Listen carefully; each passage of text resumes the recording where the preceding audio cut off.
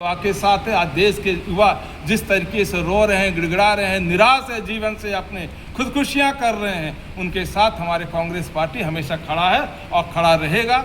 और छात्रों की गूंज की आवाज़ जो है कोटा से शुरू होकर के अगस्त क्रांति के दिन 9 अगस्त को दिल्ली में समाप्त किया जाएगा। कोई ठोस मॉडल आपने नहीं बताया, अच्छा आपने बताया, ठीक है। दूसरा क्वेश्चन हमारे कानून व्यवस्था के ऊपर आपने कहा भी, तो कानून आपने बहुत सही प्रश्न किया है। कांग्रेस के सरकार में आपने कहा कि मुजफ्फरपुर में दंगे हुए, कहीं भी दंगे होते, ये दंगे कराने वाले कौन हैं? दंगे कराने वाले कौन हैं, ये इस पर प्रश्न उठना चाहिए। दंगे आपस में हिंदू मुस्लिम आपस में नहीं करते हैं, बड़े बड़े नेता बैठ के दंगे करवा करके अपना वोट बैंक फिक्स करते हैं। ये कांग्रेस की सरकार हो, बीजेपी की सरकार हो, बात वो नहीं है। बात यह है कि जो पिछले 20 सालों में 30 सालों में जो देश का स्थिति है वो आज देश का स्थिति नहीं है। पहले मीडिया के लोग इतने जागरूक नहीं थे, लोग इतने जागरूक नहीं है, लेकिन आज लोग जागरूक हैं, मीडिया जागरूक हैं, प्रिंट मीडिया इलेक्ट्रॉनिक सभी जागरूक हैं।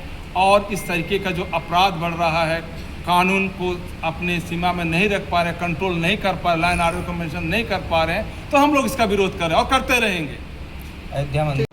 ठीक है, बड़ी अच्छी बात है। पहला प्रश्न हमारा ये है कि राहुल गांधी छात्रों की गूंज कार्यक्रम चला रहे हैं, लेकिन कांग्रेस शासित राज्यों में राजस्थान पटवारी शिक्षक जैसे भर्ती जैसे पेपर लीक हुआ, यूपी में तो आप विपक्ष में हैं। सवाल ये है कि जब आपकी सरकार पेपर लीक नहीं रोक पाई तो आप यूपी सरकार से किस नैतिक आधार पर जवाब मांग रहे हैं? आपके पास लीक रोकने का कोई ठोस पेपर लीक का आपने बात की है? पेपर लीक जो हुआ है पिछले 10 वर्षों में भारत सरकार में बीजेपी की सरकार है, उनका काम है पेपर को एजेंसियों पर अंकुश लगाना, उनको ऊपर रोक लगाना, पर भारत सरकार इसके लिए फेल्यूर है। जो बड़े बड़े एग्ज़ाम हिंदुस्तान के अंदर है उसका पेपर 24 घंटा पहले 10 दिन पहले सोशल मीडिया पर वायरल हो जा रहा है।